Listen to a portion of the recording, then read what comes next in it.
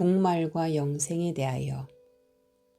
굳이 예언가나 종교의 종말론을 거론할 필요도 없이 환경과학자들 그리고 유엔이나 환경 관련 비영리 법인과 같은 국제단체에서는 이대로 가다가는 지구에 큰 재앙이 닥칠 것이라고 경고한다.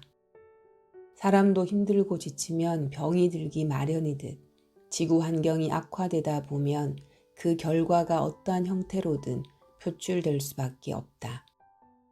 종말이 닥치지 않게 해달라고 신에게 기도한다고 될 일이 아니다. 그러한 상황은 신이 인류를 벌하기 위해서 의도적으로 만드는 것이 아니기 때문이다. 인간이 생각하는 인간처럼 의도와 감정을 가진 그런 신은 없다. 만약 종말이 일어난다면 인류가 자연의 균형에 맞추지 못함으로써 발생하는 자동적인 결과로 지구나 우주의 에너지에 일어나는 변화일 것이다. 만약 지구에 큰 재앙이 닥친다면 당신은 어떻게 하겠는가? 영화 2012년에서는 지구의 종말이 닥쳐오자 유일한 생존 수단인 현대판 노아의 방주에 오르기 위해 세계에 내놓으라 하는 부자들이 엄청난 액수의 돈을 지불한다. 그런데 문제는 그렇게 위기의 순간에 목숨을 구했다고 해도 그 삶이 영원하지 않다는 것이다. 그들 또한 결국에는 죽음의 운명에서 벗어날 수 없는 인간이라는 존재이다. 많은 사람들이 육체의 죽음을 걱정할 뿐 실체를 깨닫지 못하고 죽는 것에 대해서는 그다지 걱정하지 않는다. 사실은 그것이 가장 큰 고민이어야 하지 않을까. 영혼의 실체를 깨닫지 못하면 살아도 산 것이 아니요 죽어도 죽은 것이 아니다. 반대로 영혼의 실체를 깨달은 사람은 육체적인 죽음을 맞이했다고 해도 정말로 죽은 것이 아니다. 그는 이미 육체 차원의 생사를 초월한 무아의 의식을 가지고 있기 때문에 육체의 죽음은 별 의미가 없다. 자신의 영혼을 알고 자신의 생명 에너지를 아는 사람은 우주의 영원한 생명 에너지와 하나가 된다. 영혼이 영원한 생명의 에너지로서 불멸한다는 것을 모르기 때문에 많은 사람들이 죽음을 걱정하고 인류의 종말에 대해 불안해하는 것이다. 이 지구의 종말이 온다고 해도 우주의 에너지는 여전히 존재할 것이다. 3차원의 시간과 공간은 유한해 보이지만 절대적인 무아의 의식은 무한하다.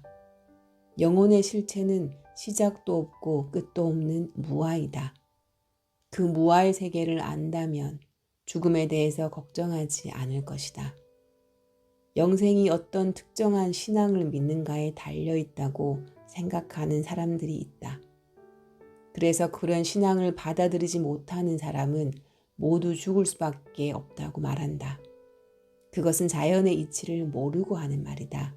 사실은 무엇을 믿을 필요가 없다. 시작도 끝이 없이 존재하는 자신의 실체를 깨달으면 된다. 생사가 없다는 것을 알고 우주의 영원한 에너지가 자신의 실체임을 알았는데 왜 생사에 매이겠는가? 모든 영혼은 영생한다. 그것은 우주의 자연스러운 에너지 법칙이다. 영혼의 에너지는 그것이 좋은 에너지이든 나쁜 에너지이든 소멸되지 않는다.